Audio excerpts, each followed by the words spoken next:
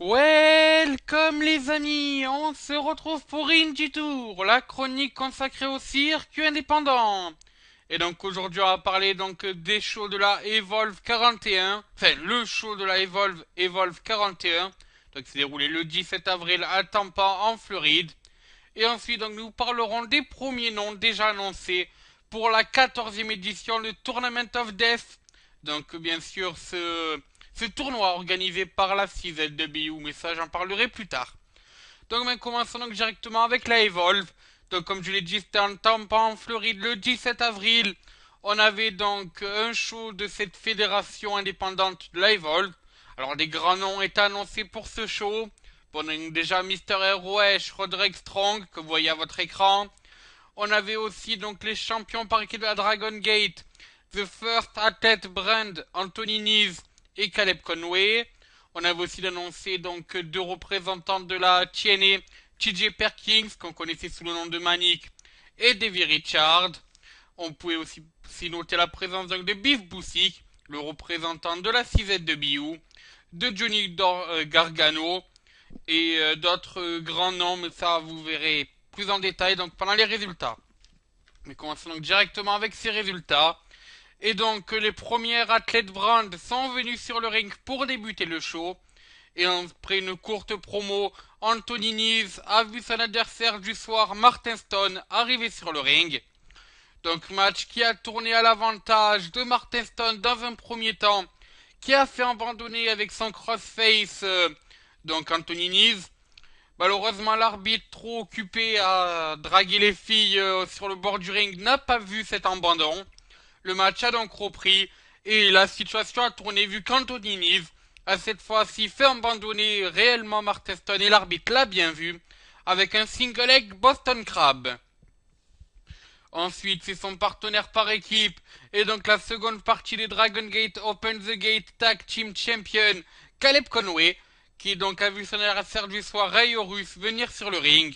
Mais encore une fois, ça tournait à l'avantage donc du champion de la Dragon Gate, vu que Conley a piné donc Ray Horus après Michinoku Driver depuis la troisième corde.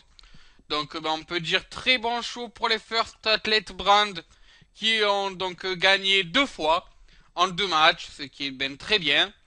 Ensuite donc on avait un match TNA versus CZW, vu que TJ Perkins, donc connu sous le nom de Manic, sous le masque de Manic plus exactement, a affronté Beef Busick, donc ancien champion mais sur de la CZW.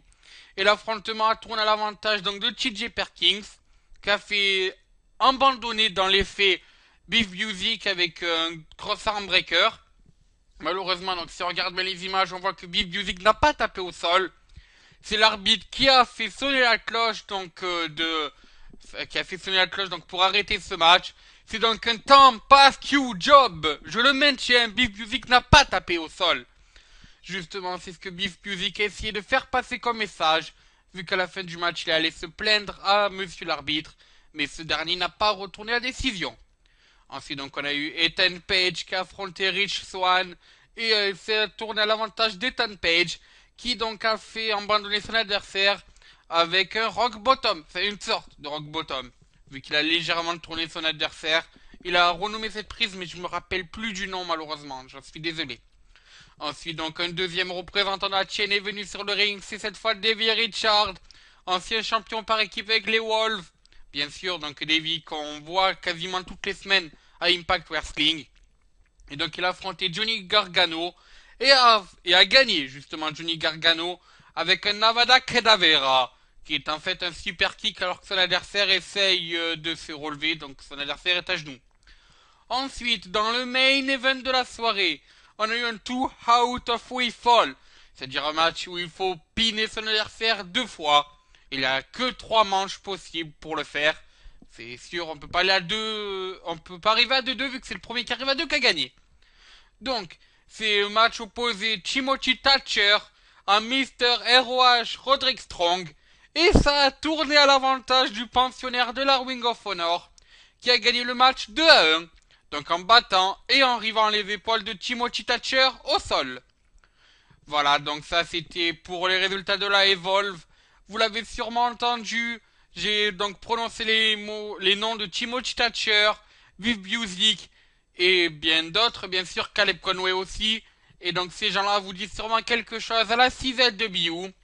Et donc on sait que la CZW va enregistrer début juin, le 13 juin exactement, son 14e tournoi Tournament of Death.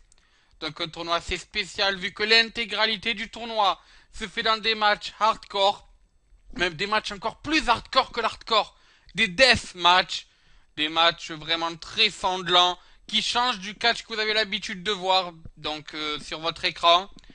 Et donc ce tournoi donc se déroulera à l'Ultra Violent Underground à Touthwind dans le Delaware, donc qui est une des maisons de la CZW. Et les noms ont déjà été annoncés. Alors donc parmi les noms annoncés donc pour cette 14e édition du Tournament of Death, on a pour sa toute première participation Josh Crane. Donc il va tenter de bien sûr gagner sa première édition du tournoi de Tournament of Death. Ensuite un expérimenté de ce genre de tournoi, 4 fois présent donc dans ce tournoi, une première fois éliminé dans le premier round, 2 fois éliminé dans le second round et une fois finaliste déchu. Donc c'est bien sûr Matt Tremont, l'expérimenté de la CZW. Ensuite, on a Connor Claxton, qui est lui aussi jeune lutteur formé par la CZW, qui a fait donc tous les Dojo Wars donc de la Combat Zone Wrestling, et qui va essayer de décrocher lui aussi son premier Tournament of Death.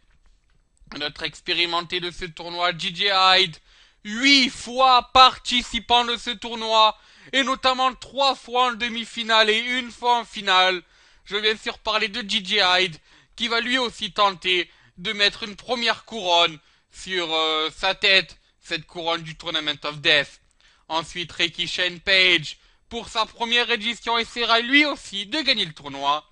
Enfin, un autre expérimenté, une fois demi-finaliste de ce tournoi, Ron Métis, essaiera aussi de prendre l'avantage sur les 50 participants. Alors donc il y a juste ces 6 noms pour l'instant annoncés. On peut sûrement voir des lutteurs comme Brooks Delmar s'ajouter à cette liste.